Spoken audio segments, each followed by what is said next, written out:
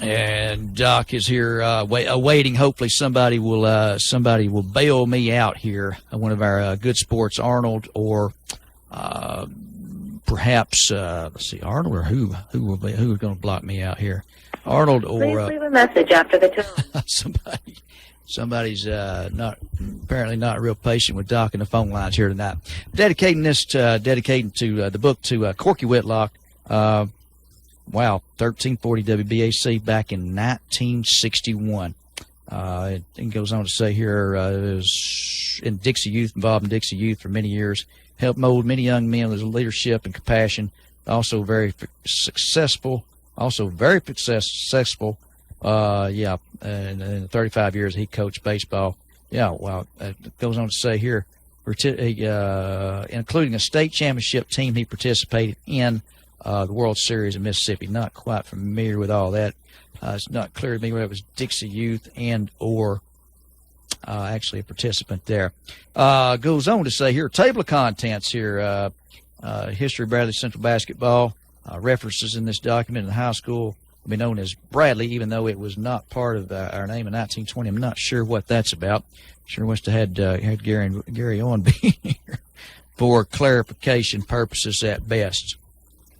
Let's see, microfilm. Is microfilm involved in some of this record research? Looks like Gary Ormby went to a great length to ensure the accuracy and just the basically the broad raw information. History of Bradley Central High School was not the first school to open in the city or county. In fact, it was not even the second. In 1873, a high school opened inside the city limits of Cleveland.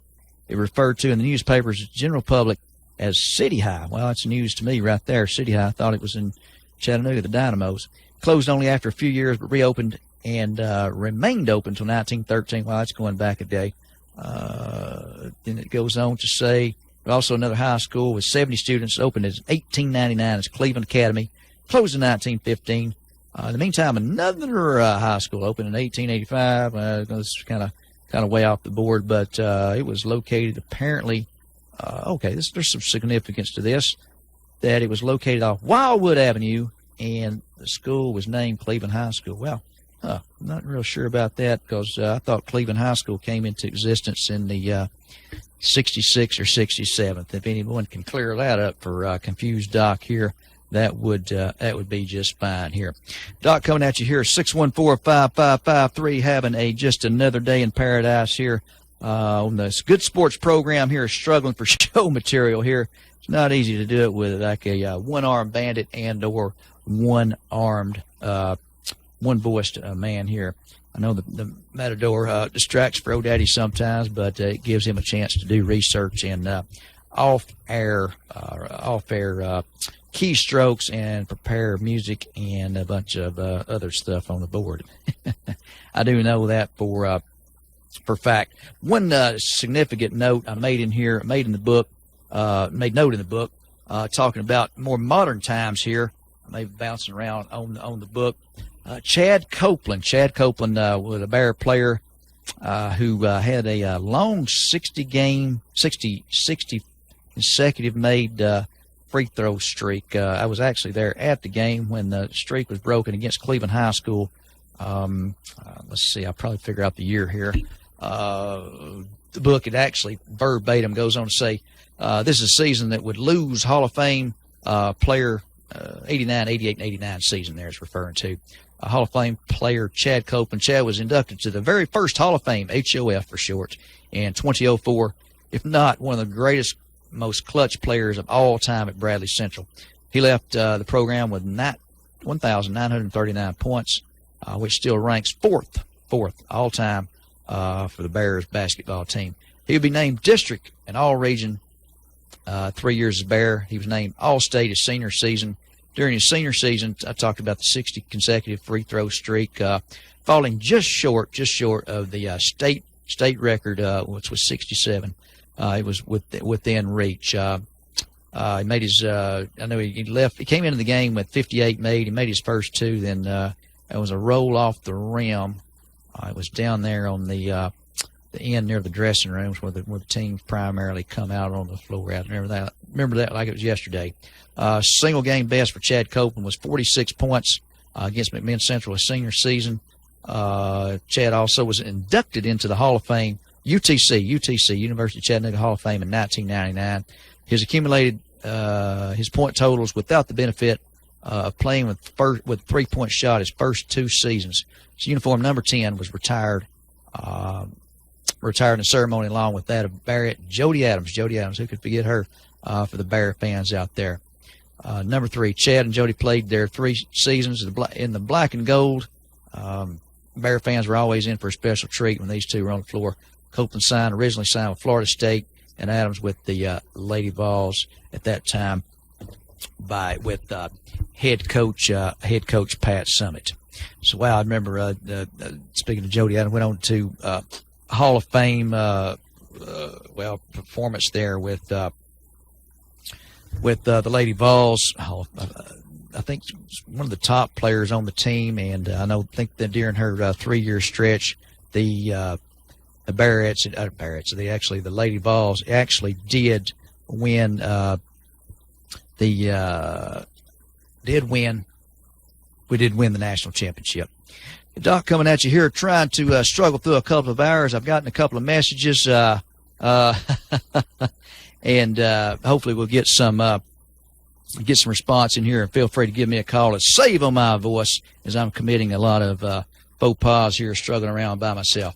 Again, I'm reading from the book Bradley Central Basketball, a look back at the history of Bradley Central High School. I know all you Cleveland fans, just kind of put your fingers in your ears for a minute out there and be patient with me. We'll have some Cleveland folks in here soon. I am absolutely sure of that. Let's try this call and be sure it isn't somebody going to say a dirty word. Caller, you're live on Good Sports Radio. I have never said a dirty word on this show. I didn't do that Saturday night either. I don't know who it was. You know it wasn't me. You got caller ID. It wasn't me, Doc. All right, buddy. I trust you. What I've got to say real quickly here now. Make it quick. Okay. Dad, blame it. That doesn't listen to you. Then the other two that's coming down there. My asshole. There you go. I told you not to do that, and you did it anyway. All right, back to serious business there. Let's go into Gary's book here. In more recent times, that 1913 and 1814 took a little trip, was getting a little confusing even to me. But in recent times here, an excellent action photo here. The Twin Towers, Rebecca Reuter and Brooke Copeland. Wow, who could forget those two as Bear fans? Was recognized as the tallest players in the area and a dominating force on the floor for the Bearettes. Copeland would finish her career with 2,232 points, which is number 8 all-time best in Bearette history. And Reuter would compliment her teammate with 1,108 points, which is 20th all-time. During that stretch, looks like the dynamic duo, the Twin Towers there, the Bearettes had an incredible record of 112-17 during their tenure with 4 district championships, 4 region championships, 2 sub-state championships, 2 visits to the state tournament. They graduated together in 2014 as 2 of the best ever big girls, in quotation marks here, in Bearette history. Copeland signed to play with the Lady Gators of Florida, while Reuter signed to play with Lady Raiders of MTSU, Middle Tennessee State University. Nice action photo, and those 2 girls, as far as I know, I've kind of lost track of them, but I believe they are still active and doing well, I would say, by all accounts. Made Bradley County proud there. I remember it was a disappointing loss in a playoff game. I want to say it was on the road. My vague memory is that, unfortunately, there was a technical foul. Maybe it was even at home. I'm not sure. A technical foul called late in one of the playoff games, and did not help the help the final score, as I recall. Flipping through the book here, changing gears just a little bit. We'll dip back and show some love to the days gone past, not so much dated here. Bradley Central Bearette Hall of Fame welcomed 4 new members during the ceremonies Friday night. Jim Smitty Arena. This must be from a published report, previous report. Receiving plaques from left, Albert Guy, Sharon Montgomery, deceased, I'm not sure, Janet Pruitt, I guess it's got their maiden name. So Sylvia Lauderdale Coates, I know of her. Coach Robert Maupin, I remember Mr. Maupin there. It was, I think, a long time a volunteer. She goes on to show here, say here, Johnny McDaniel, BCHS assistant principal, and Martha Frazier. Looks like they were on the scene to present these nice, well-worthy ladies and gentlemen here for their reward them for in the HOF Hall of Fame here.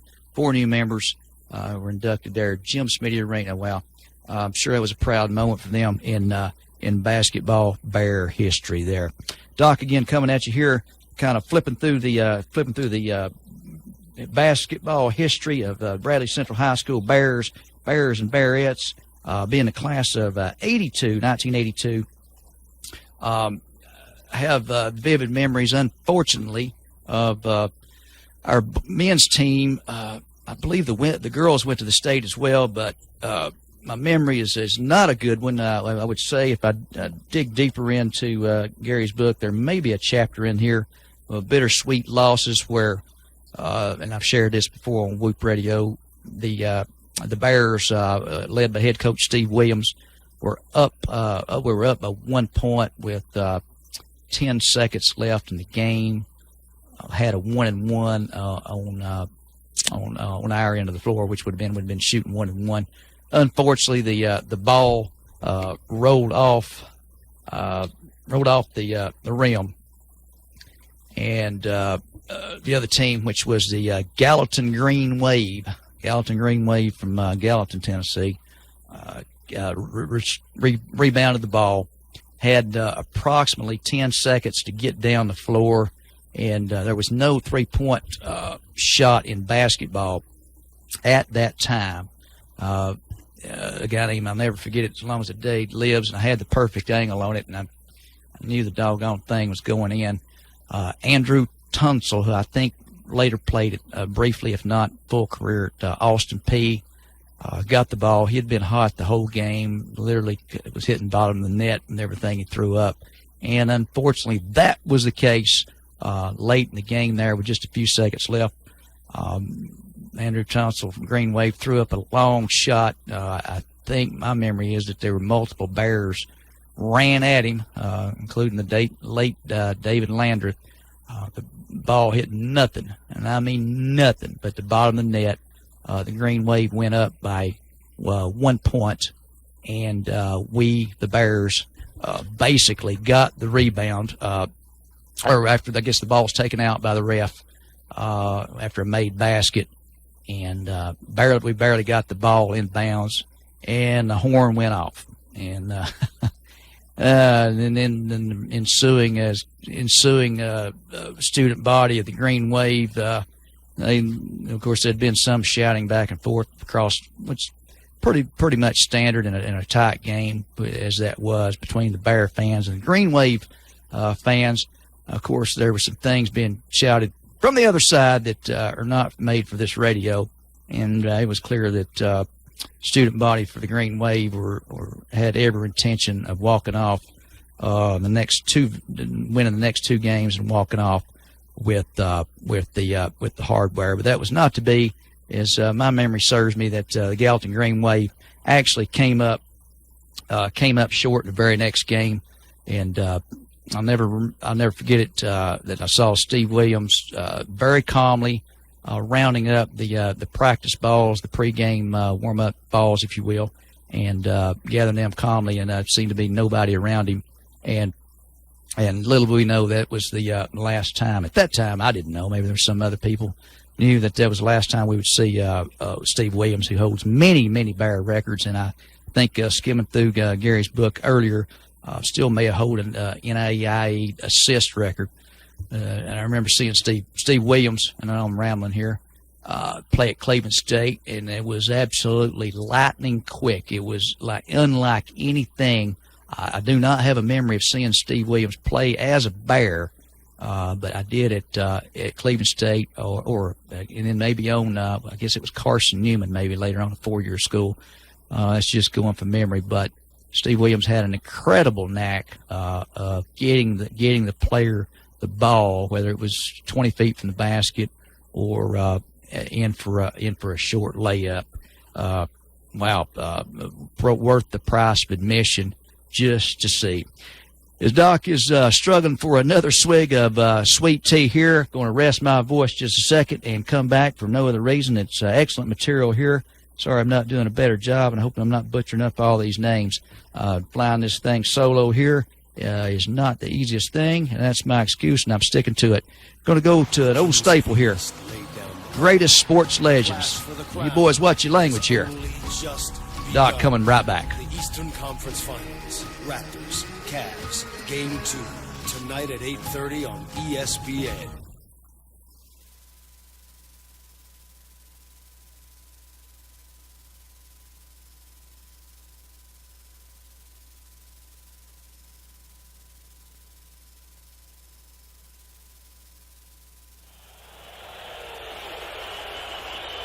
First base open, and they will walk Gibson with Harris coming up.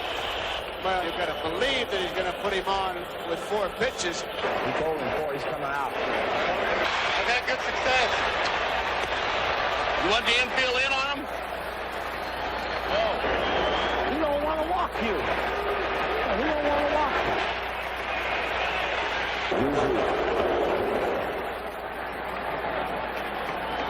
They're making a decision here, and Williams is in charge. And Gossage is saying, I can get him. Well, we'll see. And there it goes!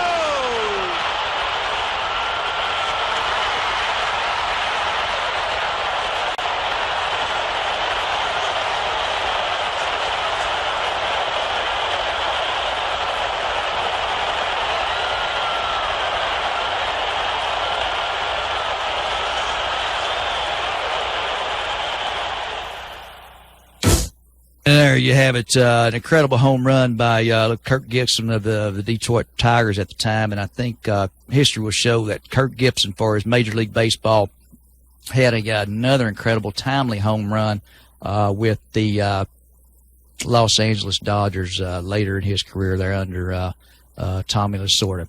Doc coming at you here again, 614-5553, reading primarily here Killing Time, doing the solo thing. As we speak here, I left you struggling to get another swig of sweet tea here, talking about Steve Williams, class of 1969, was inducted into the Bear Hall of Fame in 2008 as a player and coach at Bradley Central. He was a recipient of the Wendell Sullivan and Steve Sloan Awards. I apologize, I'm not familiar with Mr. Sullivan. Obviously, I would, anybody in Bradley County sports would know who Steve Sloan is and all that he represented. My memory may be correct here. It goes on to say the article attended CSCC, which I recognize as Cleveland State Community College, where I spent one semester in 1983. Not to return. We won't get into that. He finished his basketball career. That is correct. My memory at Carson Newman, where he was voted to the Little All-America team and still holds the records for assists in the NAIA with 458 in a season. Wow. Absolutely incredible. I know that as of publishing this book of 2016, so you're talking about a record that has stood the test of time. He was a Bear coached the Bears from 1977 to 1982. And the game that I just referenced, Steve Williams took the Bears basketball team, the men's, that's clear when I say Bears, not Bearettes, in 1982. His record as coach was an incredible 165 wins against only 38 losses. And of course, I was there at the last loss, the stinging loss at the hands of the Gallatin Green Wave, who walked off the court with a 1-point victory that was at MTSU at that time. I'm not sure if the games were ever played at Vanderbilt. And memory may serve me that was Monty Hale. I always going to say it's Monty Hall, the guy from the game show. Here we go with another. Wow, I guess I never realized that Alvin Scott had the nickname of Bones, but this photo would be in pretty accurate description here because Mr. I don't know what Alvin Scott's height was. Maybe it was 6'8", 6'9". I did see him play with the Phoenix Suns against the Atlanta Hawks. My dad had the presence of mind to take me and my brother down to see Alvin Scott back in, I want to say it was late 70s, early 80s, if I'm not mistaken. But the action photo here, the black and white action photo, shows Alvin Scott, class of 1973. Yes, thank goodness for getting a call in here to save my voice. Caller, you're live on Good Sports. How you doing, Doc? Not too bad here. Besides, my voice is about to give out on me here in just some 32 minutes into the show. Yeah, I have some final score. Some games are going to be playing in the next little bit. Let them rip there. You take up some airtime, and I would love it. You know, we had a big win last night, right? You talking about the locally here, the Bears baseball team? No, I'm talking about the Braves. Oh, are they still playing? I thought they fired everybody. No, they hired that new manager. George, that's a cure-all, fix-all. I think they need to bring back Ted Turner as coach. Can I tell you? Go right ahead, buddy. They will play Freddie Gonzalez with Brian Snickers. What's Freddie doing? Working at a Waffle House now? No. The IHOP. Let me guess. I had a 50% chance of getting it right. He got a big win. He got a big a win last night because of the new manager. All right, then. That's just what the doctor ordered. Hey, here's some games that are going to be coming in the next little bit, Doc. All right, let her rip. The Braves are still in Pittsburgh playing the Pirates. Yeah. And the Cleveland Indians are in Cincinnati playing the Reds. Washington is playing the Mets. Okay. They're up in New York. And the Colorado Rockies are in Cincinnati, playing the Cardinals tonight at 7:15. Is Todd Helton still playing for the Rockies? No, he's not. You know who I talked to, right? The Matador. He used to be my he used to play baseball at Bradley. Former Bear, done great, you're going to say, I guess? Can I tell you? Give me his initials. He's done in New Mexico. His initials aren't BC, are they? No. He used to be the catcher for us. Oh, I'm sorry, RC. Sorry.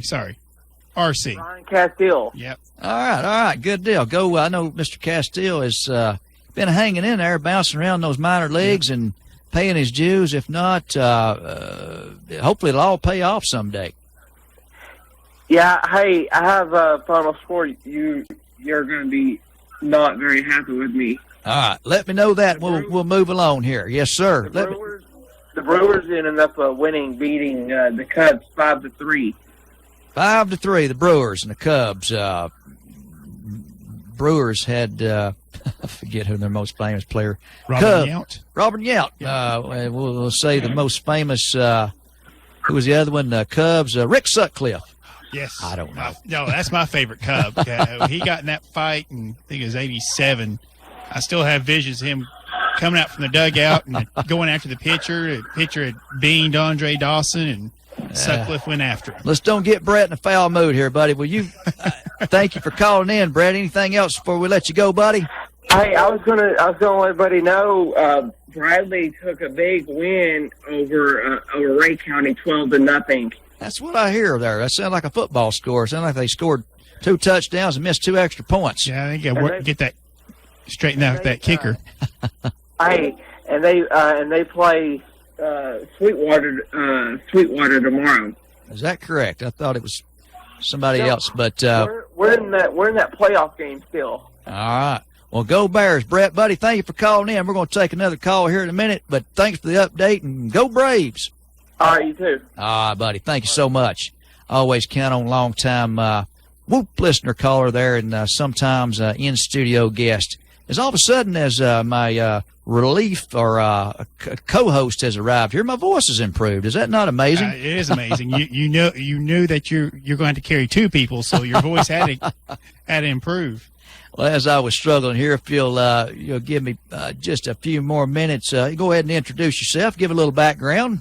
This is Patrick. I started here in November. I've actually been playing a little softball and helping coach my church softball team. So I've had to take a few weeks break, but we had an off day today, and I heard my relief could have been used, so I decided to step in, help Doc out here. I don't think me and Doc have took this by ourselves before. Feels a little different, doesn't it? Yeah. Yeah, I'm glad the real pros will be in here maybe next week, but nevertheless, Pat, I'm glad you're here, sir. If you'll let me finish up just a little bit here, Sure. On this, you can inject your memories and or thoughts. Being a Bear alumni, I called that out one night. The gentleman sitting right here, I thought he was a Bear alumni for like 3 years, and should have seen the look in his eyes. If looks could have killed. But Gary Owenby here, I was reading from the book, as you probably heard me struggling to read a correct sentence coming up the interstate here. 1921-2015. I called out 2016 while ago in era. 2015, this book that Gary Owenby has taken lots of time, energy, and effort to. I guess Mr. Owenby would now be, all practical purposes, the voice of the Bears. I know he was at the game last night. Out of respect, I did not walk over and slip him one of my Doc Hollywood cards because I'd say a true professional does not want to be interrupted by a part-time amateur fill-in on a competing radio station. But I know Gary Owenby has darkened the door of Whoop here, non-paid type of situation here. All is well. But nevertheless, I want to cover a few more pages here, and we'll let you do some talking. I'll do some sweet tea sipping here. Josh Hare, that group of Josh Hare, and the other guys, and I can't call their names right now. Zach Carpenter, Stacy Scotton. Wow, good memory. Adam Elder was on that team. Are you talking about the state championship game in 2000? 2000. I was at that game. It goes on here. The still photo here of Josh Hare, number 42. Goes on to say was Mr. Basketball in 2000. That may have been. Oh yeah, here it is. I was a little ahead of myself. Got the cart before the horse. Was the first in Bear Bradley Central history.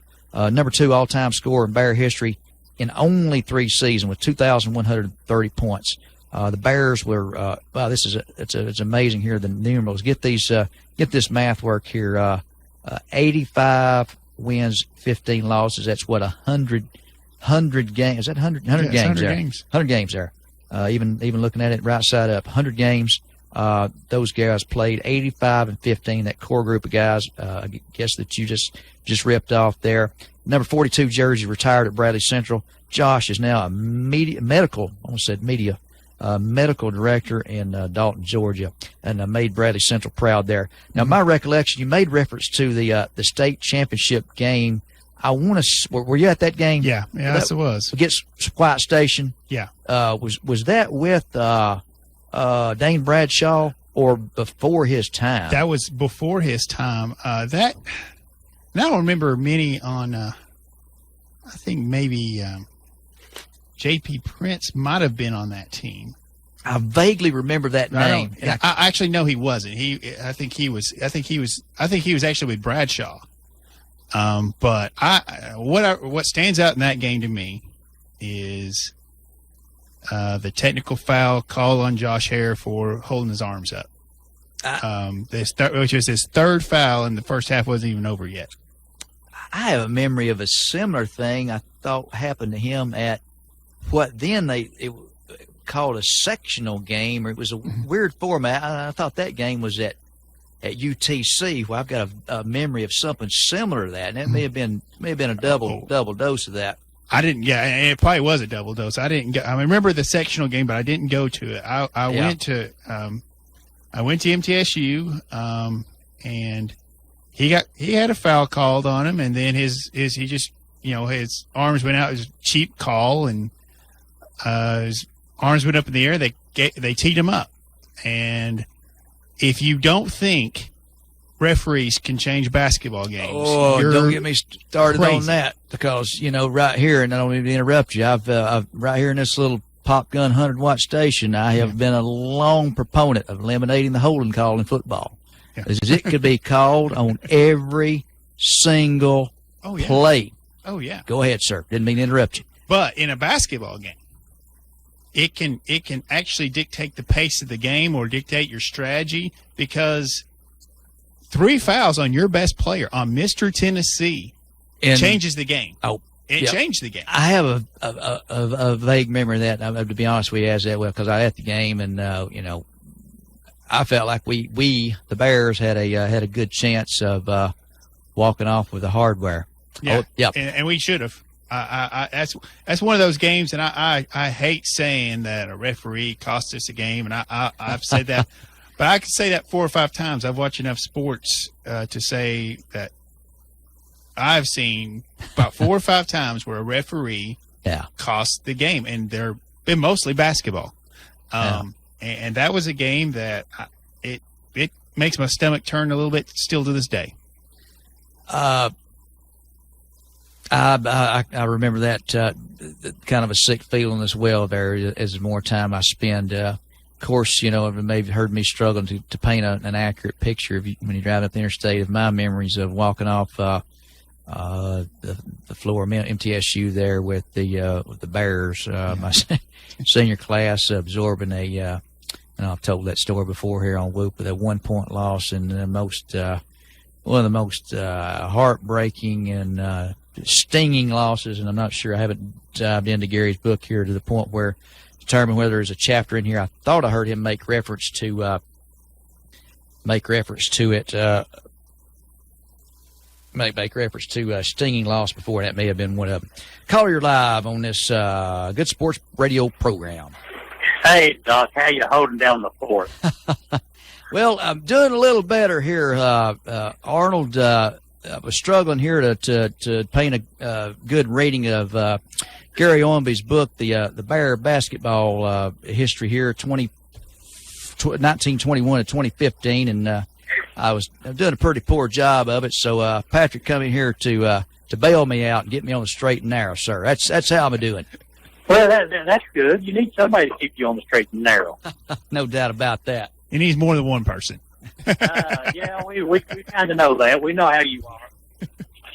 I don't know. I like having Doc here because you and Tommy have been known to, oppose me quite a bit. And as I remember, when it was all 4 of us, Doc used to kind of jump on my side. So I'm going to kind of embrace the change today.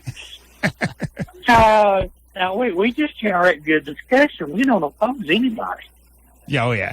Well, and no, and Tommy and Tommy more. It's more Tommy. And Tommy likes to, let's say, bait me into an argument sometimes, and that's fine. That's what we're here. We're here to entertain, right? That's exactly right. Yeah. That makes it fun sometimes. Oh yeah, Arnold, have you heard about Earnhardt cracking down on his crew chief or his crew? I thought I read a little bit about that today. I was going to ask you your take on all that before I knew you were at the beach. Well, I don't know whether that was Earnhardt cracking down on his individual crew so much, but he was talking about the entire Hendricks organization too, I think. Yeah. At least that's how I kind of took it, was that they're all behind the curve, and they need to all step it up. And you look at the entire team. Jimmy Johnson, has he found third year yet? Yeah. But they've had unusual troubles. Juniors had unusual troubles. I would have thought he would have been higher up and doing better this year than what he is right now. And, then you look at Chase Elliott, who right now I have considered is probably the most consistent performer of the group, and where Casey Kane is. Yeah. I just think he had the excuse before he went to, before he made the switch.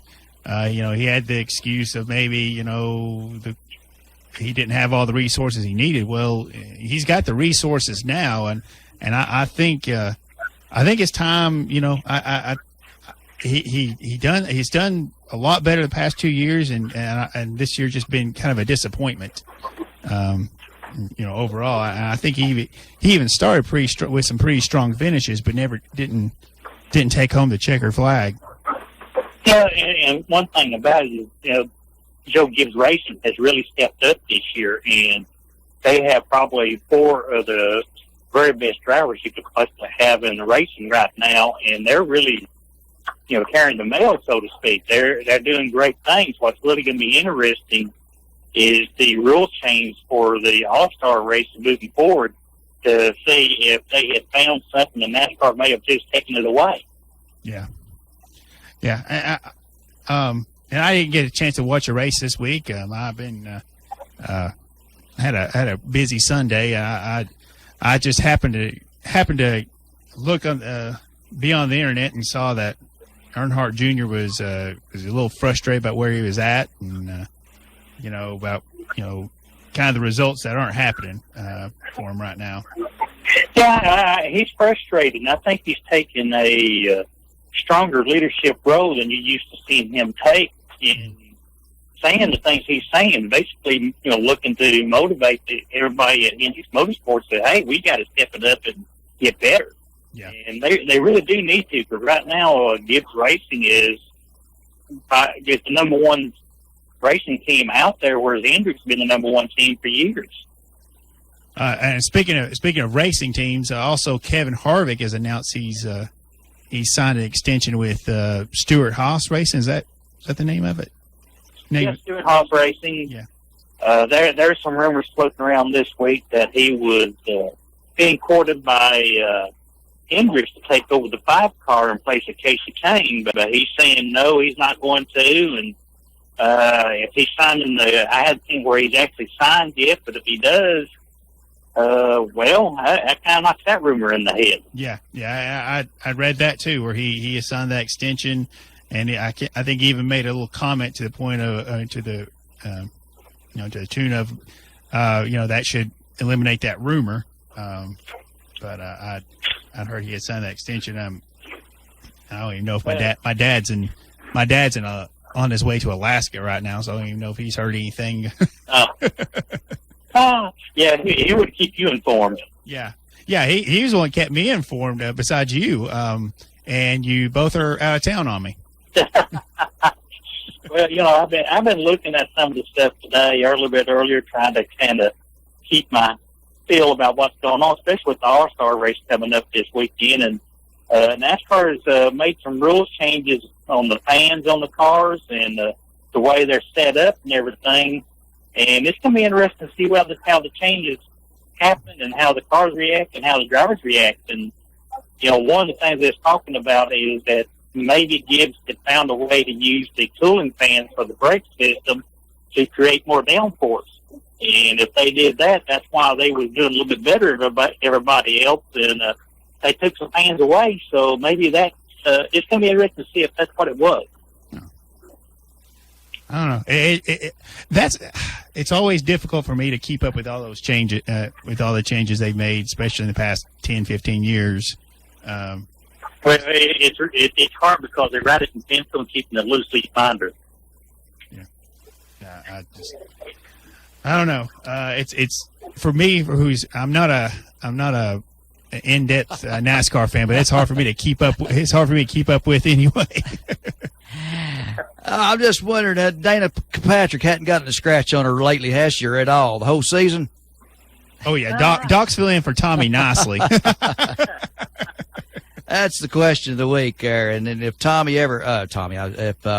Eddie from Whoop on Wheels here, which I'm ashamed to say I've only tuned in once in a blue moon, and he sends me that event via social media each week, and I just can never tell when to call his show. It's always, well, I'm waiting on Dale Earnhardt Jr. to call me, or I'm waiting on who's the guy the guy that used to call in here all the time, the older racer, Morgan Shepherd. Morgan Shepherd, waiting on Morgan Shepherd to call her, and I mean that in a respectful way. He's got lots of guests, lots of callers, and by Fast Eddie's social media, he's down in the pits, down in the infield, and he's in the garages, and wow, he's that Whoop Media Pass must be.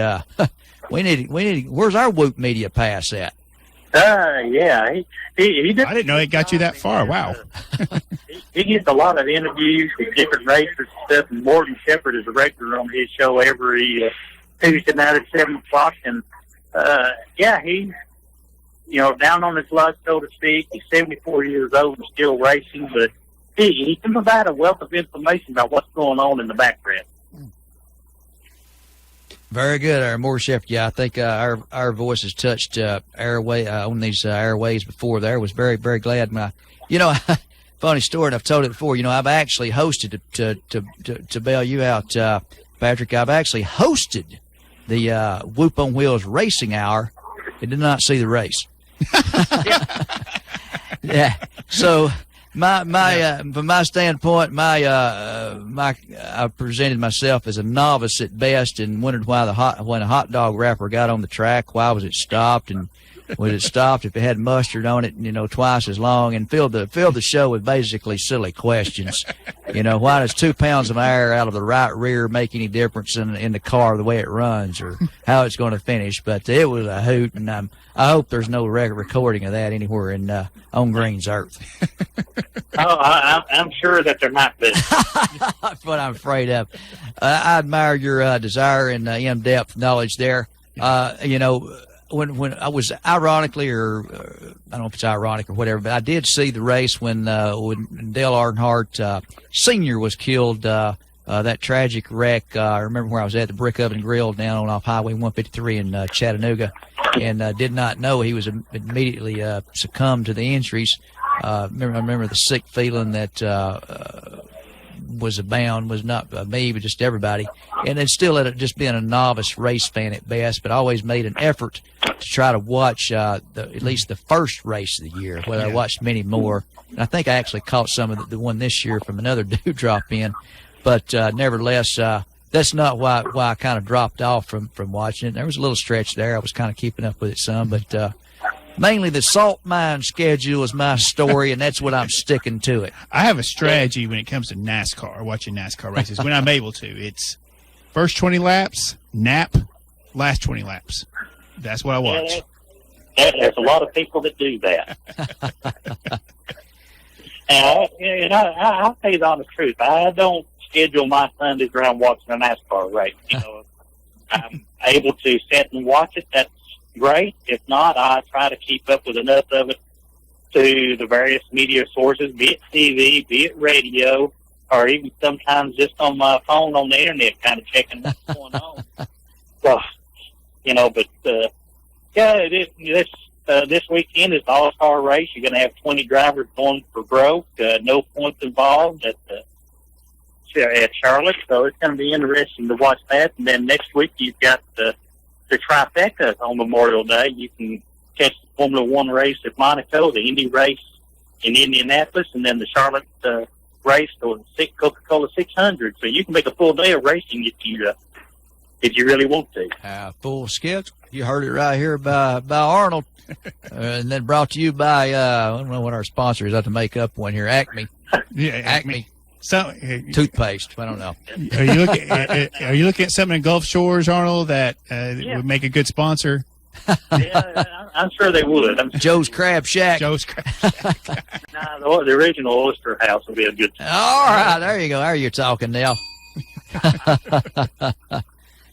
Now Now, Doc, you've been down to pull the Bears through for 2 games. You saying you might miss the third? Well, there's a threat of it. If Mother Nature rains as RAINS rains havoc on the Bear Diamond there. Of course, I don't know how those things work. If it's a gentleman's agreement, if one coach calls the other, or TSSAA places a conference call and says, hey, Travis Adams and whoever's the coach of the other team, here's what's the weather's predicted.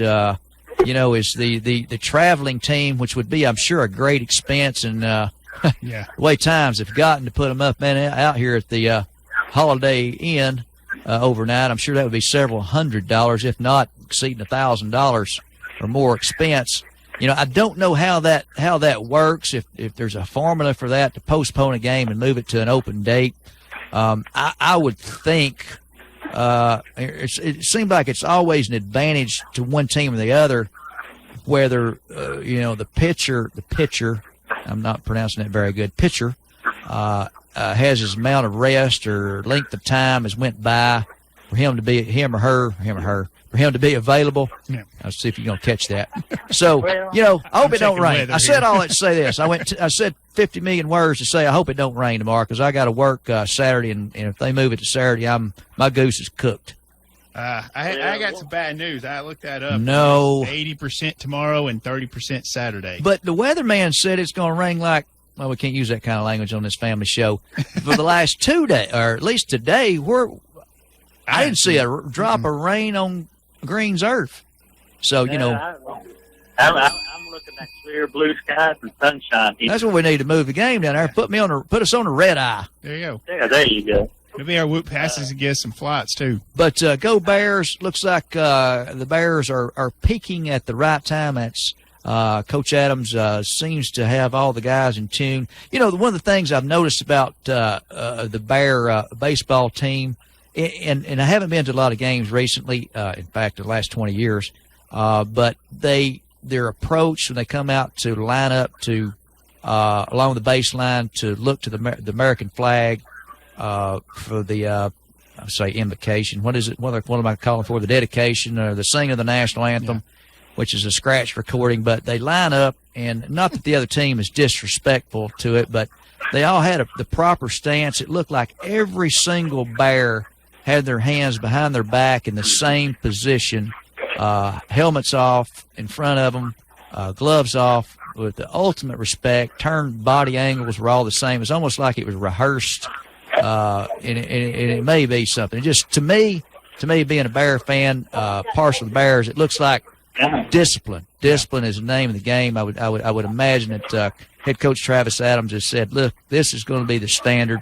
Win or lose. If you're a Bear, if you've got Bear on your uniform, you walk out to see to address the national anthem when it's played. This is how you were acting. Let me tell you.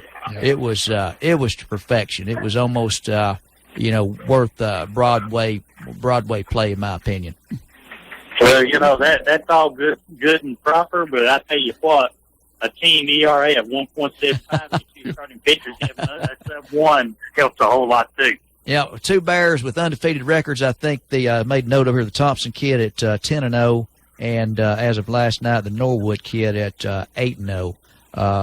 Two kids. That's got to be intimidating to the other team. Of course, the Bears. The combined score here is my handwritten notes, which show 16-1 in the last 2 games, walking off with a 5 inning. I don't know what they call it in baseball. Game over. It's not the mercy rule, or I think mercy rule. Maybe it is. Yeah. Maybe mercy rule. Walk off, and then the only 1 run scored there was an unearned multiple error or hitting an error situation. So.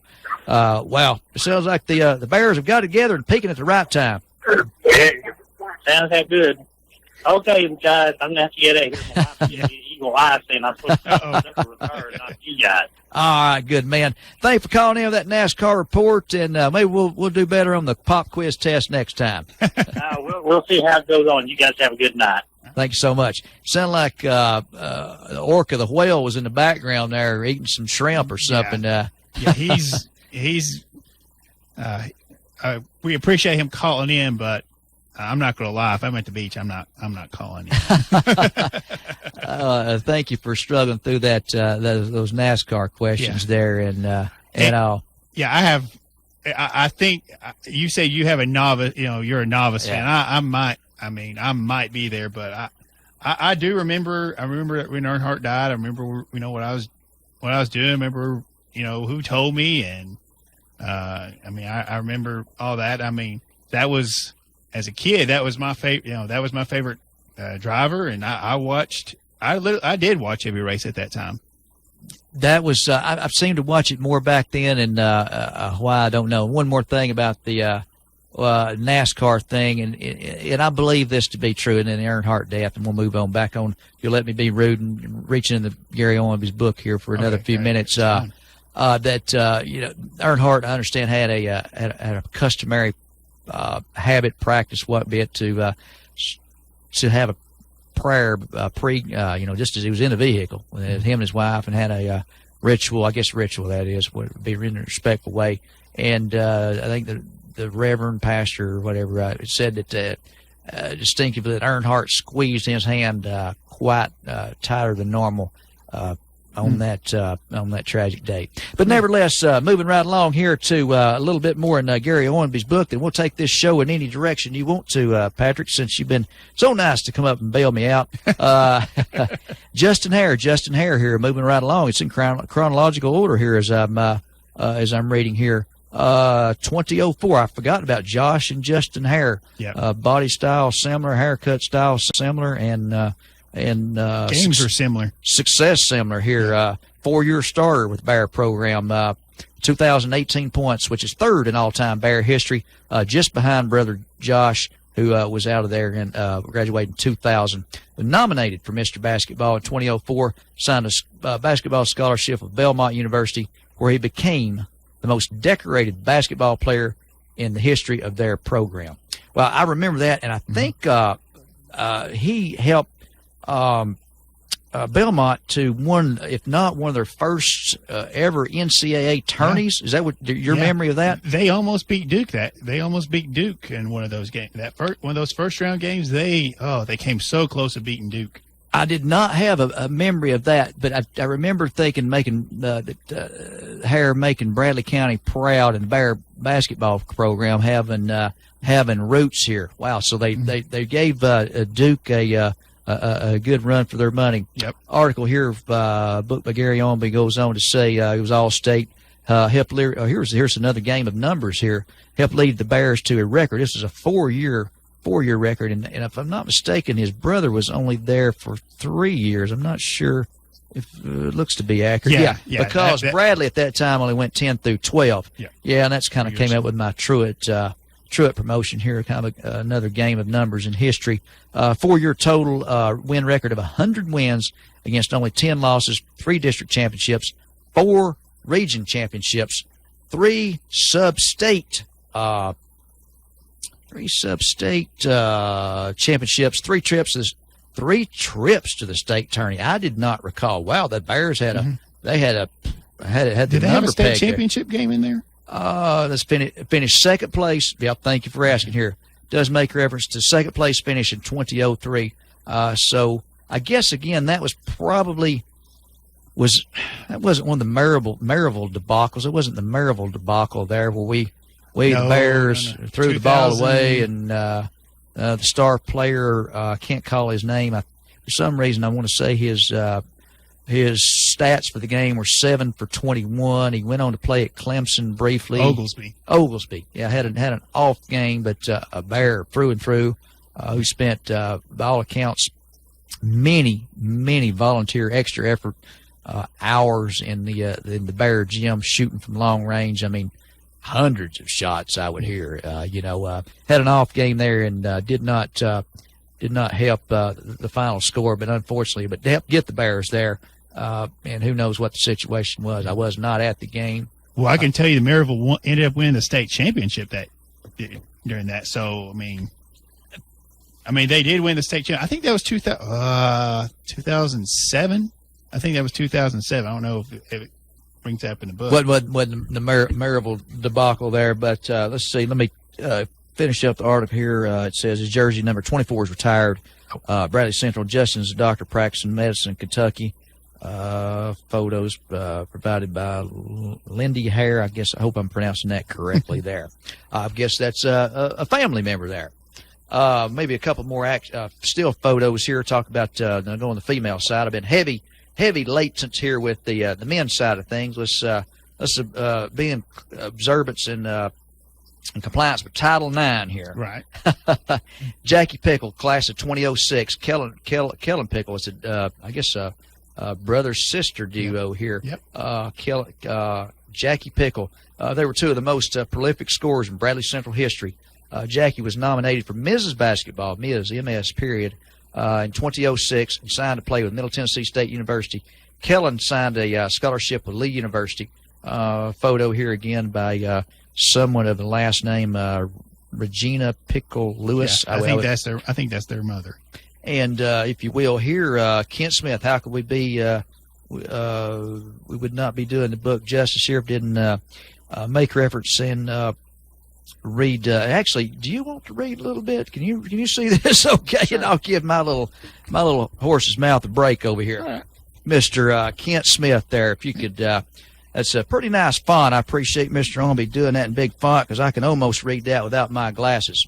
Well, it just says here, Kent Smith had the most wins in Bear history. Had a overall record of 436 wins and 175 losses, 17 seasons. Came over from Truett Junior High School in 96. Okay. He had 8 district titles, 8 region titles, and 5 sub-state championships. He had 2 runner-ups. We mentioned them both, 2000 and 2003. It mentions Josh Hare getting Mr. Basketball and 2 Mr. Basketball finalists, his brother Justin Hare and Terrence Oglesby in 2007. We go on. We talk about Terrence Oglesby. I'm going to tell you what, as far as shooters go, I can't think of many better than Terrence Oglesby. I think some of you who saw the alumni basketball game, you saw that he didn't lose much. Was this recently? Oh, this was recent. Okay. Yeah, this was a couple months ago. Me and Arnold went and watched the alumni game, and I mean, he was shooting from the station to. He was shooting from all over the place. It was incredible. He hadn't lost much, but he went to play in Clemson. I think he played 2 or 3 years. Had a good career. I think he might have made a 2nd or 3rd All ACC team, and went on to play Europe and kind of surprised some people because when you leave school early, you usually go to the NBA. He went on to play Europe. Had a good career there. I remember that. I couldn't call the team or the whatever, but I think he was fairly successful. Yeah. In that. That's my memories.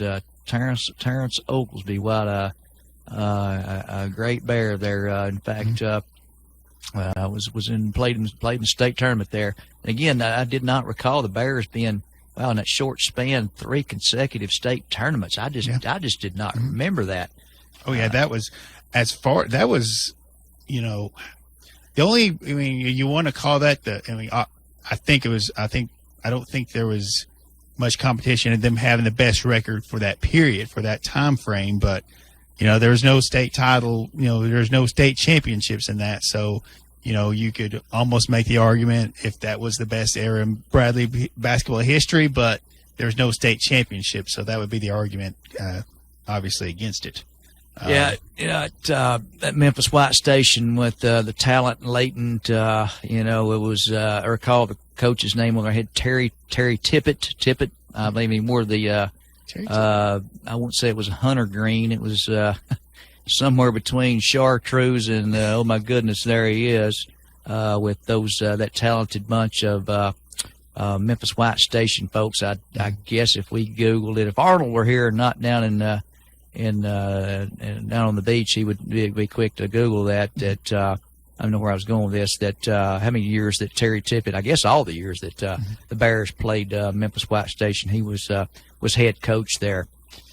Just could not get past those guys. They beat them one time, but it was the first. I think it might have been like the first round. I did not even recall that. Yeah. I think they lost to, maybe it was Jackson Central, the next round. But I remember the first time, and I think Dane Bradshaw was a junior or senior, get that camera off my ugly face. I think Bradshaw was. I think he was a senior. He could get if his starting five made him angry enough, he could get the next five. He could get five off the bench and not miss a beat. And Bradley just, they had a lot of talent, but probably not the depth to compete with that. And it kind of showed in the later quarters of those games. I recall one of the I guess it was maybe the 2000 game. Were you at that game? We talked about that 2000 game where the Bears came out and Memphis White Station got an 8-10 point lead, and that was pretty much my memories that they White Station cruised pretty much the balance of the game, increasing the lead at times. But once they built that 10-point cushion or so, it was just too much of an uphill battle, too much, as you spoke about, bench depth, bench strength. It just was just not going to happen there. And my memory is that thoughts are that from 1982 to 2000 was 18-year drought of the Bears basketball team reaching the state tournament, much less the state finals there. And we thought it was on. I can't remember what the record was. It seemed like it was just with a few losses. Maybe that was the 2-loss. I think team it's going 33-2, something maybe. like that. It's on the Bear wall over there. Anything else notable there in Gary Owenby's book? Well, we were talking about the girls basketball in compliance with Title IX, like Title you said. IX, got it. The year that sticks out, I think in a lot of people's minds, is the 94-95 season. And you want to talk about a little recent. You had Amy Guerin, now Amy McGowan, Paige Redmond, now Paige Green. I tell you what, I mean, and that was the area when I was young. I was a sophomore at Bradley. The boys had a solid team. I think they made it to the sub state before. They had I think they lost to Lebanon, but the girls, you didn't miss that girls game. You didn't miss those girls games. It was when you walked in. When the girls' game started, that gym was packed out because you didn't want to miss that show. And those are really good. Those are really fun times to watch basketball. The 3-point shot was bound to happen at any moment. Oh yeah, and 3-point and beyond. I want to say I attended maybe a few of those games. If not, I certainly remember listening to a lot of them. As the book is dedicated to there, Corky Whitlock, through his eyes and ears, and only the way Corky could do it. Yes. Well, those were the days there. Oh yeah, those are special. Those are special times. I mean, and I was lucky enough to be able to watch. I watched a lot of those games, but you didn't know. Yeah, like you said, you didn't know when a 3-point. I mean. We could have the ball on the other side of the court, and teams had to respect the 3-point shots. And both of the girls. I mean, I know Amy. I was a Truett Cherokee, and Amy had played for Truett, and Paige had played for Bradley. And Amy was playing 8th grade ball when she was in 5th grade. Oh wow! Was that loud? Yeah, it was loud because they had it, and they had the Truett Elementary School. And so they found a way around it. She was. I mean, I believe she was. I think it was 5th or 6th grade, but she was playing 8th grade ball and starting and was the center. Was the star of the show. And then of course Paige was playing with Bradley Jr. and when they had their games, you know, you didn't miss those. And then everybody looked forward to them combining forces and playing at Bradley. And, you know, I think, you know, their senior year, they played, I think it was Shelbyville. And I was at that game as well. Yeah, it was similar to my memories of not quite so much as the White Station Bradley Bear game that we talked about, the 10-point cushion, but the Shelbyville team, they had an outstanding record under that longtime coach without any pre-research. Rick Shell or some Stocks? No, it'll come to me here. He ended up coaching at MTSU, didn't he? I think he may have after that. I think he was so popular over there. He had a key to the city or whatever it is, a declaration on the floor of. You don't have a key to the city. Let me check all my pockets here. Nope, I sure. But thank you for asking. You might get one before I get one, but Rick. It's right on the tip of my tongue, Rick Shell or something like that. But nevertheless, Arnold, get away from the beach. Help us out. If I could do 9 things at once, like Fro Daddy can here, he's on YouTube, he's on the board, and he's on his personal email, and on his Facebook page all at once here, and I can't do one of them at a time. So, nevertheless, what were we going with this? That particular game with Page Redmond, A. McGarren, they went to the state finals under Paul Crittman as head coach, and fell short there. My memories are, and I think we've talked about it before, the Shelbyville team had the down low game going on pretty much at will. The rebounds, there was little or no offensive rebounds to be scarfed up, or defensive rebounds to be scarfed up by the Bearettes. Had a good game down there down in the paint. Were able to pretty much Sparrow. Okay, you got a better memory than me. I should have made my notes if I knew I was going to be doing good sports radio some 16 years later or so here.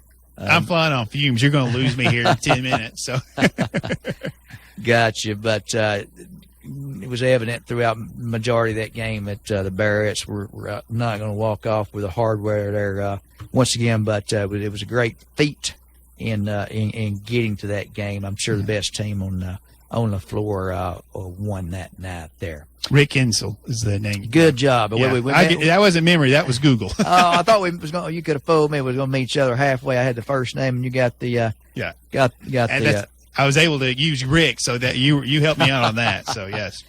All right, Guy. Anything else of our topic?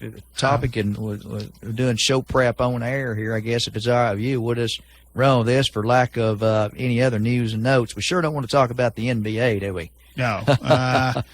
Well, I mean, and I'll be real quick from what I've seen. It just doesn't. I just don't see. I don't see it being the other way. But the Warriors and Cavaliers. I watched that Cavaliers Raptors game, and the Raptors were just overmatched. But it's going to be real interesting. When it comes to finals. Now I watch the finals. I try to watch the playoffs when I can.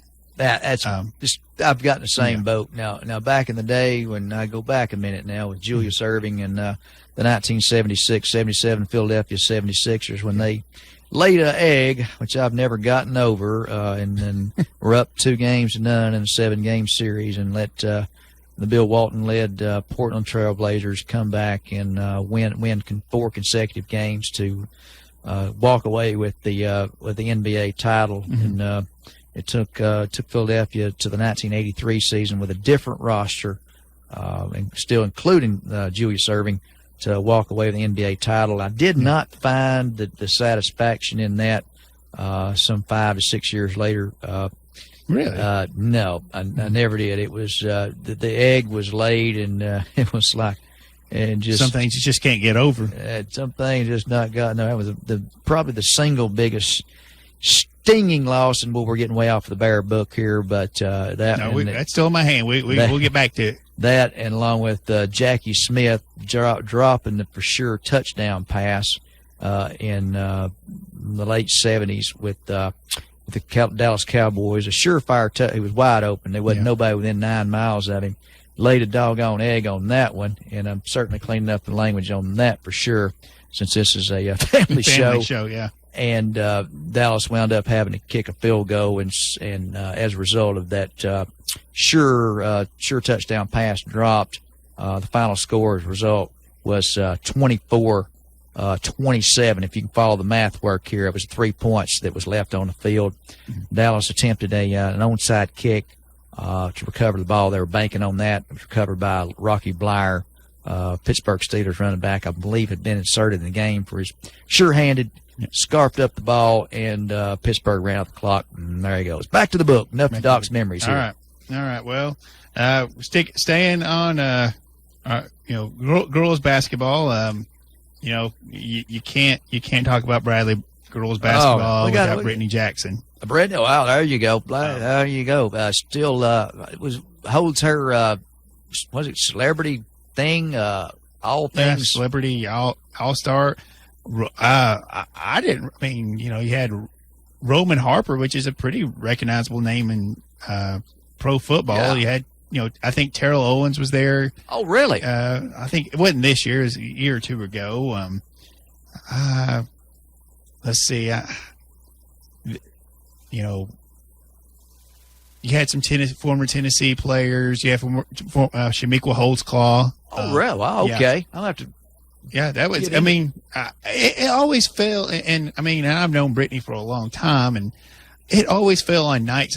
Nights I absolutely could not go for those All-Star games, and I still have not been able to. But I heard those are a blast. But she's the third all-time leading scorer for Bradley. Her senior year, she took that team on her back and put them in the state tournament, and I think that. As far as record-wise, it probably wasn't one of their better teams, but as far as getting hot at the right time, having everything coming together, they were able to make it to the state tournament and had a pretty good run. But she took a lot of those Bear teams. I mean, she has some talent. She has some talent around her. I think. There's a couple that, they went to, I think there was one girl, I think last name Tally, ended up going to UTC and playing.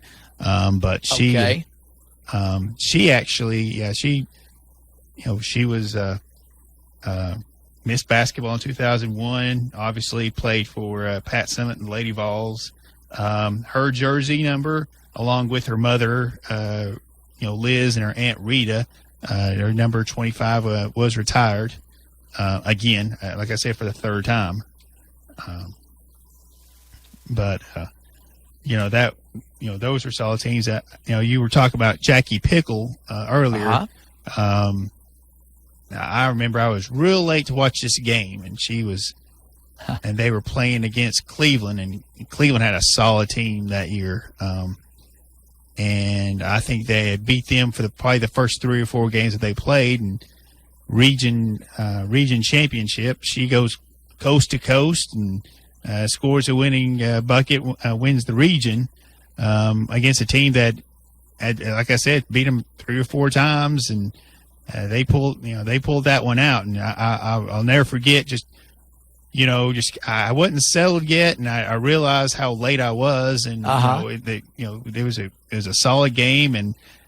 I just remember thinking, they came so close, and they just not quite pull it off. And Jackie went down there, took it coast to coast, and won the game. Wow, that was incredible. I'm sure to be at that game, and you probably have vivid memories like it was yesterday. The one game I was not at that in Kent Smith's stint there was the. You may have been at the game, or correct my memory if it's wrong. I just heard it through the. Sights and sounds voice of Corky Whitlock. The playoff game, I believe it was at Walker Valley against Red Bank, where there was just a few seconds left in the game, and I think the Bears were down by 1 point, and I think it was against Red Bank, some kind of tournament, district, region, I can't remember, where the Bears, the situation was 2 seconds, and I think the Bears had to throw the ball in from underneath the far basket, and I think it was a guy, his last name Groothouse, was able to catch the ball. I'm not sure it went directly to the basket or a bounce, but it was maybe 2 seconds left. It was it had to happen like that or not. And I remember hearing that game on the radio was absolutely shocking. Probably similar to your memories you were just talking about there. Just you're in the clutches of defeat. For your team, your heart's beating, and well, what could happen here? And you hang on for a miracle, and you just never know. There it's delivered. If you'd like 1 minute here, and I did not give the station ID at the top of the hour, but you're listening to WOOP 99.9 FM right here in Cleveland, Tennessee, like it means anything. 99.9 locally here, worldwide on the web at WOOPFM.com.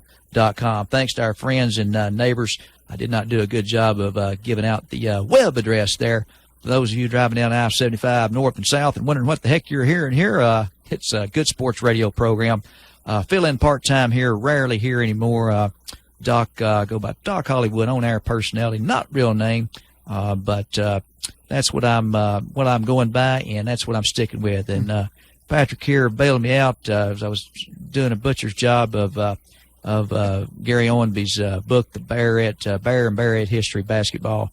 Bradley Central came in and bailed me out. On that note, if you want to take just a little voice break here, I see here somebody has ironically left a little clip here of Jim Smitty here. I'm understanding here it says with permission that we're able to play that, and we'll hope that there is no background noise similar to Arnold's call. It was nice enough to call us earlier from was it Panama City Beach, Daytona Beach? Gulf Shores. Gulf Shores, my bad. All there, I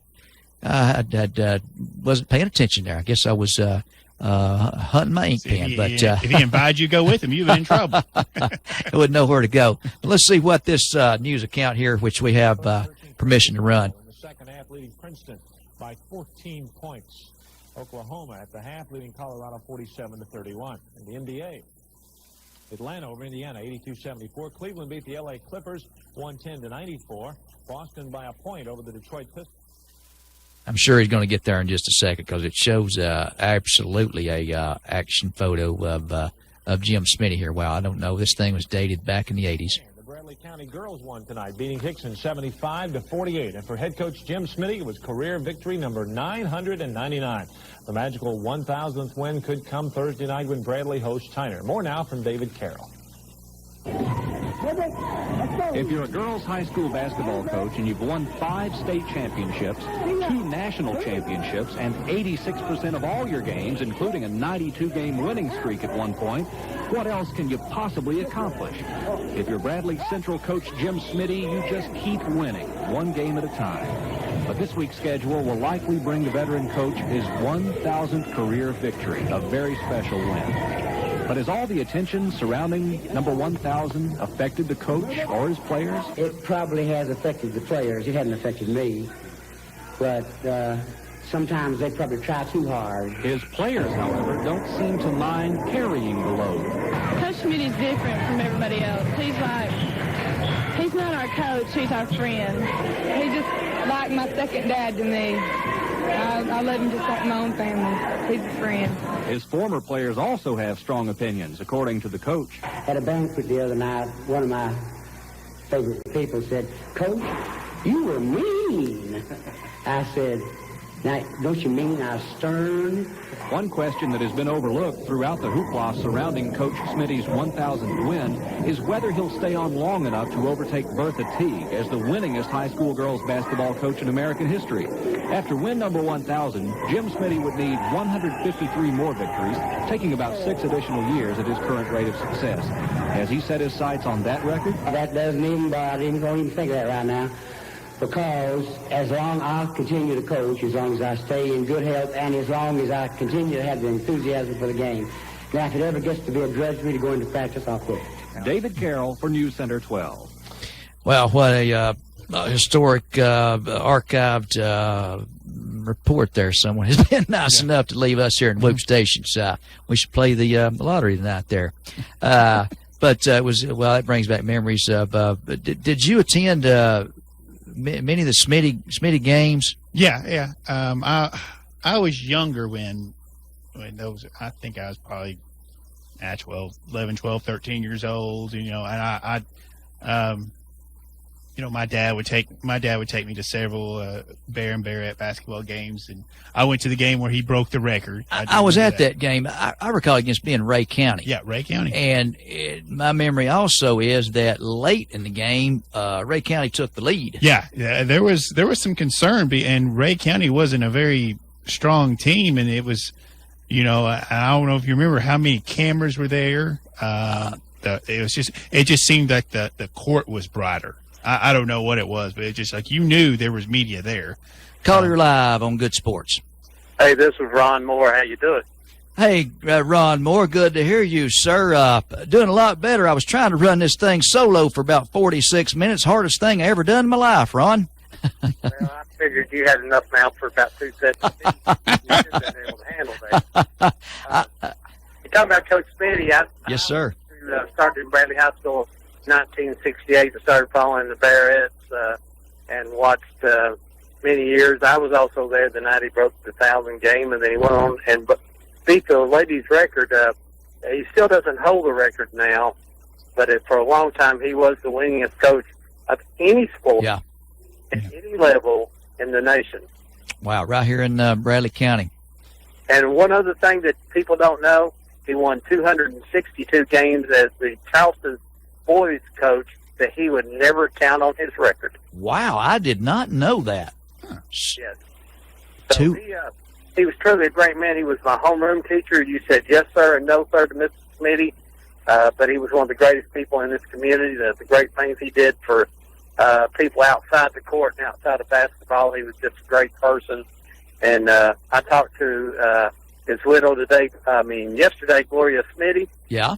And just enjoyed talking to her. And we were talking about Jim being just a gentleman. He had one technical foul in all of his years coaching. Wow, that may be a world's record as well for that being called versus the game. Wow, I did not know that as well. Wow. Yeah, and he that one technical foul, Smitty just sort of turned around, laughed, and walked off. And not saying that he didn't express his opinion, but he was such a legend all across the state of Tennessee and here in the South that referees sort of, I don't know if they give him favor, but there was a little reverence there. And when the people walked into the Bear Gym, either when it's down at the old school where I went or to the new school, you could see the girls basketball team just be looking around, looking to see Jim Smitty. They didn't want to get their eyes on this coach. The rock star there, so to speak. There, wow. Yeah, we've talked about on Good Sports before back in the day when the Jim Smitty teams, when the girls format was the 3-on-3 and some of the low scores, the 5-7, 4-2s, and I'm all about game control. I loved it. I absolutely loved it. Well, it was great, and say that the 3-on-3, I thought Smitty was absolute master of that. Oh yes, sir. And then of course when he went to the 5-on-5, didn't do too bad there with and of course his national championships with Liz Hanna. I watched her older sister Rita Hanna play, and Liz and them. I think they went 2 seasons undefeated and won the national championship back to back, as you said. So it was amazing. I remember Data Caldwell being a young freshman who stood there and never moved. And finally one night against Cleveland, she spun around Cleveland High School Lady Raider last room with Parks and went to the basket and then went to her hook, and then the route was on from then on, and she was a 1,000-point scorer there at Bradley. I'm sure that shot, I remember it was basically an unstoppable, almost an automatic bucket when she got it down low.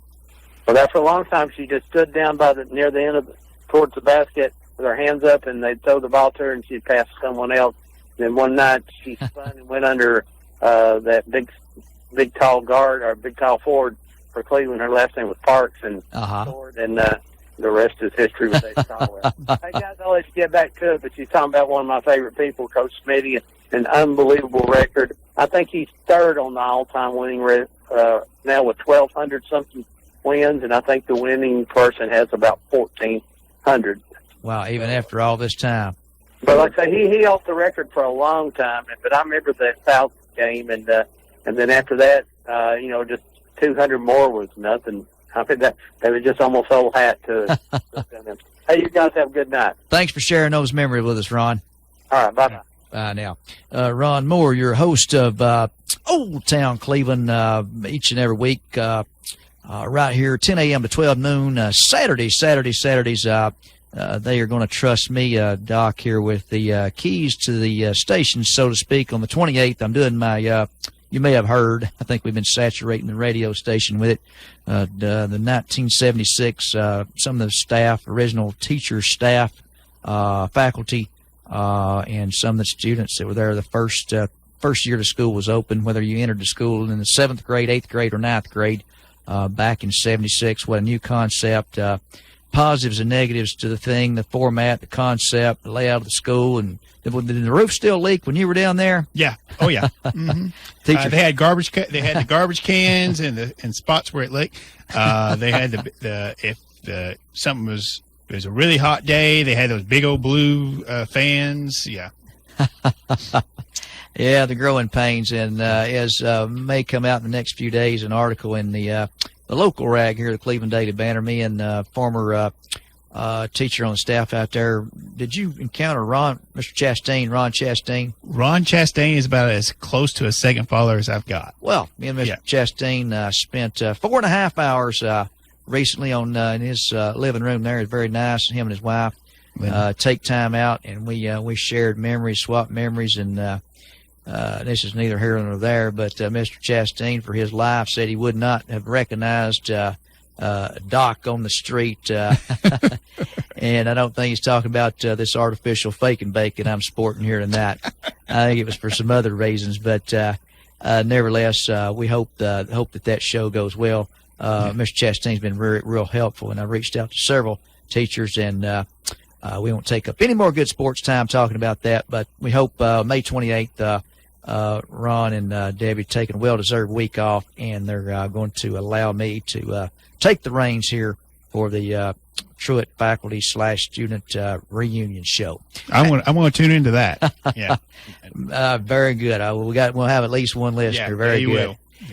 As you were, sir. Anything else of any news and notes? And if you want to change topic, you're now the producer, the subject matter. If you see anything else to glean out of the book over there worth noteworthy. Well, I'm gonna bring a girl up, and you're going to have to tell me more about her because I don't remember. All right. I remember one game. You can't talk about Barrett basketball. We brought up Brittany Jackson, we brought up Jackie Pickle, but you got to bring up Jody Adams. Yeah, Jody Adams, absolutely. College success, I think, with Wichita State, maybe currently on the staff there, head coach at that. Fame there, and if I'm not mistaken, research would show that during her years, and I would hate for my memory to be wrong, that the Barrett volleyball team actually did, I hope that's accurate, walk off the court with the 1982 state championship. Yeah. If I'm not mistaken, during her time. She would come across the court, ball handler, and some say that she would look to the stands at times for her dad, Coach Adams, longtime Barrett baseball coach, for the signals on what play to run. I don't know if that was accurate or ever proven, but nevertheless, proud Barrett has gone on to be very successful. Absolutely. Yeah. I'm kind of going all over the place, but I'll give you what I remember. My sophomore year is was Amy Guerin, Paige Redmond. There was their senior years. But after that, there were some very underrated teams and probably some teams that no one really remember. I mean, maybe I guess in the history of Bear basketball, they maybe not remember, but they don't talk about. The years after that, they had 27-4 records. They had some tough. They had some tough breaks in the region tournaments, but you had two players that stood out on those teams. Was Amy Proffitt. She went to Western Carolina University, and Angela Sutton, who went to Florida State. Wow, Paul, I do not know those names. It did not. Yeah. Okay. Yeah. You got me cruising on this book here. Yeah. Let's just, I love it. Let's cruise on. Thanks to Gary Ormby supplying our show material. Checks in the mail there, Gary. Yeah, they had some really solid seasons even after the fact, and there was kind of a probably what they felt maybe a drop in talent. You just look at these records like, man, 27-4, 27-4, 30-4, 26-6. Wow. After the state championship game year. This was, as far as winning percentage, Paul Cretton, I don't know if he, I don't know how he compared to Jim Smitty, but 88% is not bad. But that. Wow. Yeah. Oh, that. Well, that gets you. It's not Derek Dooley. I met Derek Dooley one time. Oh. But I don't know. I start looking at the 90s were just a solid era for Bearettes basketball, and we back to the hopping over back to the boys side of it. They had a solid team. In 94, 95, with that same year with Guerin and Redmond, they had a solid team. I think they had only lost 3 or 4 games, and they ended up running into Lebanon, and they were, they just shot the lights out. I remember going to I'd forgotten about this. So you brought up Lebanon, to a playoff game at Lebanon. I want to say in one of it wasn't Chad Copeland, it was one of the other Copelands, and if you call out the names, I could peg it. Was on the team. It was Earl Rowan coach team. On the road, little Cracker Box gym. All the stands were on one side, and Lebanon did win the game. That's not the game you're going to reference. It was been on the road at 97. Oh, no, I'm sorry, 97. Now 95. Now, if this is before or after Chad, after Chad Copeland, so it's probably Brent. That was the one. Forward wasn't as athletic as the other guys, but good shooter contributor to the team, and that I remember that, and Lebanon went on that year. So you don't have a recollection. You would remember that being on the road at that. Yeah, that game. was at the. Yeah, that was on the road. And I went to most of the games. I wasn't able to go to that game. I wasn't in possession of a driver's license at that time. But I had some close friends on that team. And from every summary they gave me was, it didn't seem like Lebanon missed a shot. They were just firing all over the place. It was. They had a good team, the best team on the floor. That was not decided by the referees that I remember. No. It was one of those cushion point games where they got ahead. As I remember, it was. I think the Lebanon team had an incredible home record at the time. But my memories again just being that. Regulation size court, but just when I say Cracker Box, my reference to that means that the walls were close. When you made a layup, there wasn't 20, 25 feet to run to before you ran into something. It was pretty close to the gym. And this is the other memory I have. I almost did not get in that gym. It was actually sold out, and it was a situation where if somebody left the gym, then they asked at the door, "Are you coming back? Are you coming back in or not?" Yeah. and there was just I was not there at tip off. It was several minutes into the first quarter, and thank goodness somebody hadn't run home and feed the cat or the dog or clean the hamster cages or something, because there were some students, and it wasn't adults, that exited the building, and I wasn't first in line. There were 5 or 6 of us, as I recall. I went over there without a ticket. Just for some, I had the day off, feeling good, and whatever. I made that trip, and I do remember that game. Yeah. And also that before that game was they played Brainerd, and Brainerd, they had C.J. Black and Mark Smith and Shambi High. So that means that the Bears obviously lost that game to force them on the road. They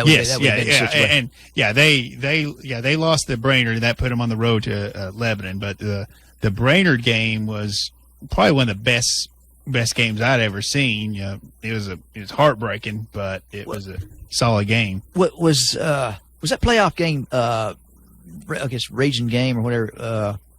Was it at East Ridge, one of those East Ridge held tournaments? No, the game I'm talking about was at McMinn. At McMinn, okay. Yeah. At McMinn, okay. The next year was at East Ridge, because that's when at McMinn, okay. Yeah. The year after that was East Ridge, and that was when C.J. Black dunked it and shattered the glass. I was not at that game. Funny you bring that up. But I was at home, and I had a habit, which is a good thing. We're dating myself here, of having a blank, unrecorded cassette tape, and almost immediately, it was Cleveland. I think it was against Cleveland. Yeah, against Cleveland. Yeah. And just as soon as it happened, I punched record, and thank goodness the record button didn't coincide with the other button, because you had to watch that. If anybody's ever done any cassette recording, sometimes you thought it was, but it wasn't. Yeah. It did work, and it was the first words on the tape are from Corky Whitlock. It was, "Oh my goodness, what has happened here?" It was just almost pandemonium. And I'll try to get that thing. That would be great if you get that tape. I've got multiple copies of it, and I've got somebody I believe, and in fact anybody that's a whiz can transfer that over from cassette tape. I made several copies, and I think one reached C.J. Black by a radio station in Chattanooga that I gave it to, and we will not call out their letters, but nevertheless, I do have that. And that'll be my put my Truett stuff to the side for a day, and I'll do my it's not going to be very difficult to find, because it's in a shoebox marked special with an asterisk on it. I'll dig that thing out. As the glass came down, the picture that Corky, and I don't know who was his sidekick, or even if he did the game solo, I can't remember that, but he painted a picture of fans were. Some were running away from the action, and some were running towards towards the goal, trying to gather up some of the glass as a souvenir. I do remember hearing about that. So it was he went this way, we went that way. That would be good. Maybe we get the powers that be here to incorporate that, or I'll figure out how to run the station CD player. Yeah, which I haven't figured out since '09. But that game, I did get that the bulk of that and the aftermath. And then, as you may recall, there was uncertainty whether that game would actually be played in the auxiliary gym that same night, or if the game would be played the next day at an off-site, or the game would be played at the same court with the goal being repaired. You remember that uncertainty? I remember it was. I remember that uncertainty. I remember it ended up played the next day, and I think they did. I think they were able to fix. I don't know how in the world they were able to fix the backboard, but I think that's how it went. I've slept a couple times since then, but I think that's how it played out. They were able to finish it off at East Ridge. And backboards are fixed, but man, I just he had a little flair to that too. I do remember because I did see the video, and I've been trying to see if it popped up on online. It did. Would sure pull that. I don't recall. I don't think I ever saw any video of it, and it may. You're pretty sure it exists because that's where you saw it from. Yeah. We'll have to do some off-air research on that one. Try to get it pulled up, and I'll try to get it transferred over. If anybody has that video, I'll give you my Whoop salary. I'll give you mine as well. There, what more could you ask for? I'll say that I'm very fortunate to be here and be part of the station here. But nevertheless, sir, wow, we've been all over the horn here tonight, reading pages, action photos, still photos from the Bear basketball book, Gary Owenby's, which painstakingly did his due diligence and research. What incredible piece there to have representing Bear and Bearette basketball history. Made for a pretty good show out of it. I think. Except for the first 42 minutes when I couldn't Hey, pronounce. I enjoyed this. I really did. Very good there. As we've got a few minutes left in here by contract, we should finish out the last 4 minutes. And I just noticed there was an attachment to the video we played with the late coach Jim Smitty. I guess the news piece was recognizing his 999th game with some of the Bears there. It ran in 1985. Goes on to say here, longtime Bradley Central girls basketball coach Jim Smitty retired with a record of 1,217 wins and only 204 losses. And it goes on to mention as Ron Moore called in, the additional games that he won as a boys coach. Does not specifically mention Charleston or another school, but basically that 1985, later that year, obviously he got his 1,000th win. Says Coach Jim Smitty, head coach Bearette's basketball, died in 1995 at the age of 71. I had a couple encounters. Was at Bradley during the time that Coach Smitty was head coach there. Always respectful in the hallway. Never really had what I could say an individual conversation with him. Just a hi, hello, how you doing? Courteous. I would see him out back where, familiar with the Bear campus, where they now have, I guess, a tennis court back beyond the outfield of the baseball field. Yeah. Mm-hmm. He would be out there with the I don't know what iron it was, but a lot of times he would be out there. I would see him in between classes, and I'm sure it was his study hall or free period or whatever it was called, chipping the ball around every now and then. And occasionally I would see him out at a local restaurant. It seemed like all the people there knew who he was and would give him respect and not try to take up his time. And I can recall encountering him there a couple times, paying the bill. Always respectful. Hi, hello, how you doing? Just brief acknowledgement, and always meant a lot to me. True gentleman, true class guy. Part of Bradley County history, and more specifically Bearette's history there. Big part of our county sports history right there. The late Jim Smitty there. Well, all right, Guy, as we are narrowing down in the show here, again, you've been listening to WOP 99.9 FM here, a good sports radio program. Can't thank you enough for bailing me out there. I hope you didn't do 98 miles up the interstate trying to... I don't have the car for it, but I did the best I could. Couldn't afford a ticket as well, huh? I've been all over the place here. You've been pretty good about sticking to the script here. Never again will I sip sweet tea during the broadcast. It's going to be ice water because it's closing my airwaves down literally as we speak. But nevertheless, here any parting shots as we prepare to exit this award-winning program here. I would certainly. Hey, if it comes down to it, I'd certainly do a show with you again. But I think we held our own. I've been on here before where we've given dating advice. So, oh, this may not go down as the worst good sports ever, huh?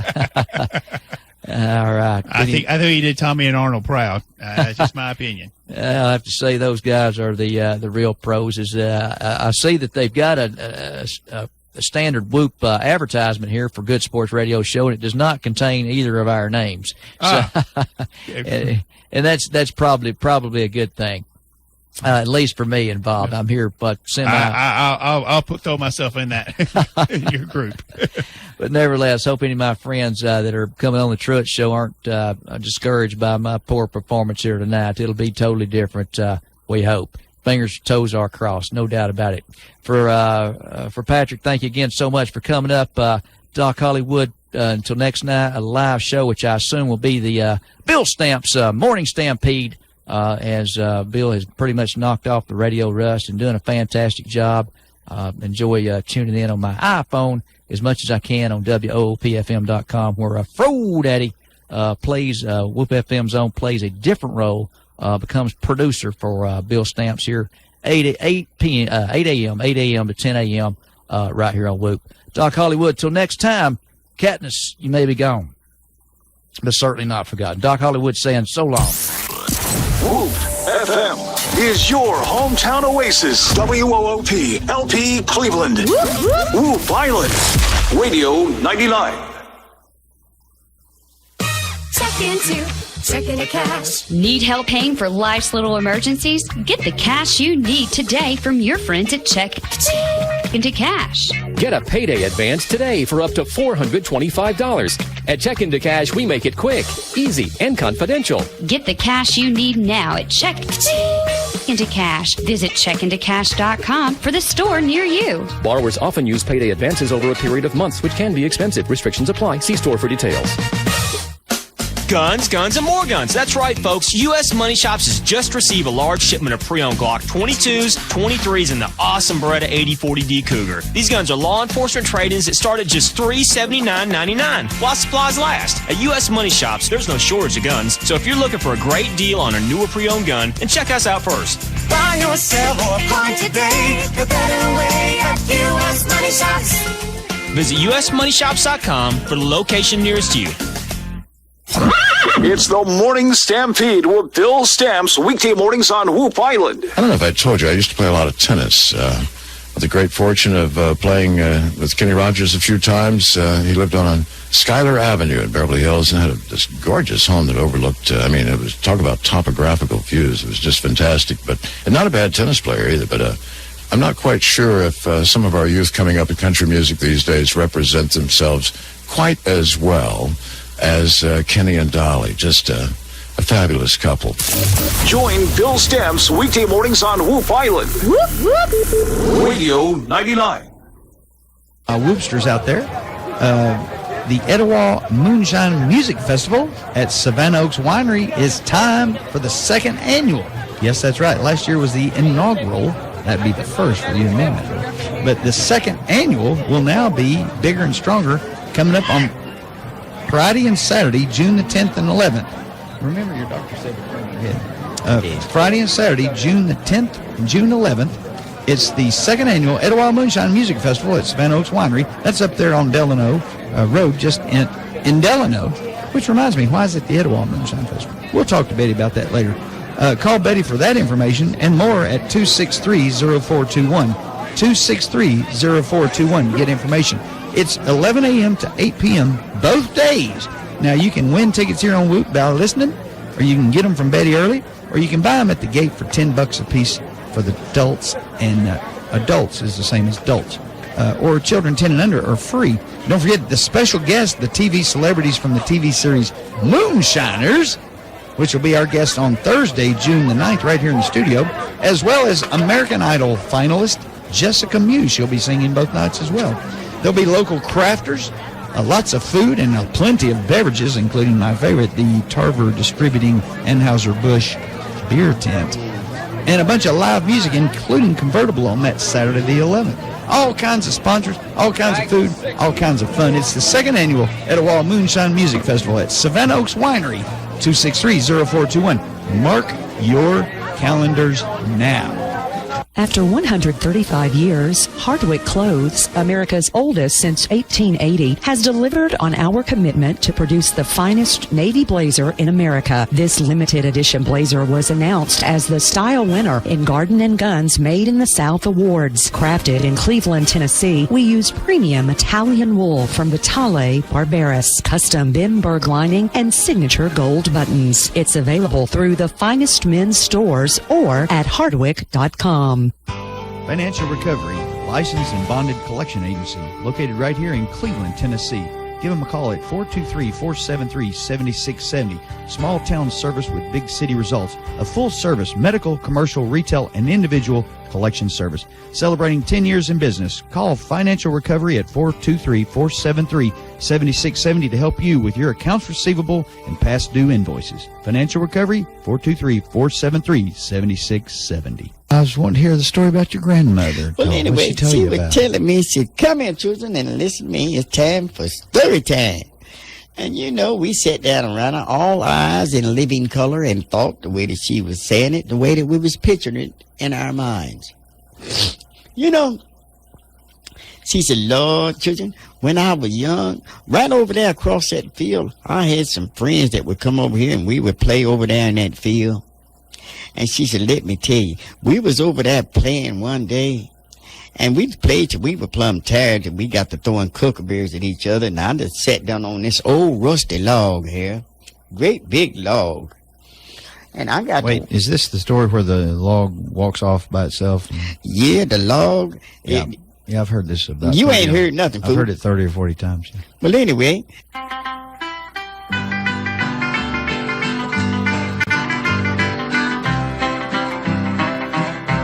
On top of Old Smoky, all covered with snow, I lost my true lover from a courting too slow. Should've woke up, man, for courting's a pleasure, but parting brings grief. A false-hearted lover is worse than a thief. A thief, they will rob you and take all you see. A false-hearted lover will drive you to your grave, and the grave will enclose you and turn you to dust. Not a man in a million can a pretty girl trust. They swear that they love you, they tell you more lies, do they, than cross ties on a railroad or stars in the sky. Come all you young maidens and listen to me. Don't place your affection 'neath an evergreen tree. The leaves, they will wither and the roots will all die, and you'll be forsaken and never know why.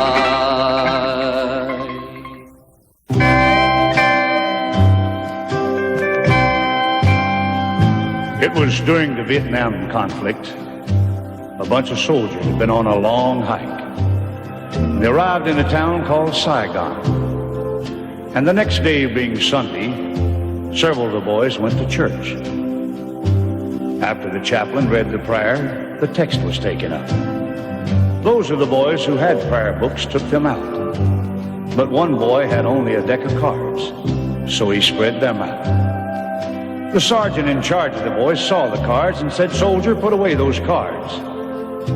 And after the service was over, the soldier was taken prisoner and brought before the provost marshal. The marshal said, "Sergeant, why have you brought this man here?" "For playing cards in church, sir." And what have you to say for yourself, son? Much, sir, the soldier replied. The marshal said, I hope so, for if not, I shall punish you severely. You see, sir, I've been on the march for 6 days, and I had neither Bible nor prayer book. But I hope to satisfy you, sir, with the purity of my intentions. You see, sir, when I look at the ace, it reminds me there is but one God. And when I see the deuce, it reminds me that the Bible is divided into 2 parts, the Old and the New Testaments. And when I see the trade, I think of the Father, the Son, and the Holy Ghost. And when I see the 4, I think of the 4 evangelists who preached the gospel. They were Matthew, Mark, Luke, and John. And when I see the 5, it reminds me of the 5 wise virgins who trimmed their lamps. There was 10 of them. 5 were wise and were saved. 5 were foolish and were shut out. And when I see the 6, it reminds me that in 6 days God made this great heaven and earth. And when I see the 7, it reminds me that on the 7th day God rested. And when I see the 8, I think of the 8 righteous persons God saved when he destroyed this earth. There was Noah, his wife, and their 3 sons and their wives. And when I see the 9, I think of the lepers our Savior cleansed. And 9 of the 10 didn't even thank him. And when I see the King, it reminds me once again, there is but one King of heaven, God Almighty. And when I see the Queen, I think of the Blessed Virgin Mary, who is Queen of heaven. And the jack or knave is the devil. And when I count the number of spots on a deck of cards, I find 365, the number of days in a year. There are 52 cards, the number of weeks in a year. There are 13 tricks, the number of weeks in a quarter. There are 4 suits, the number of weeks in a month.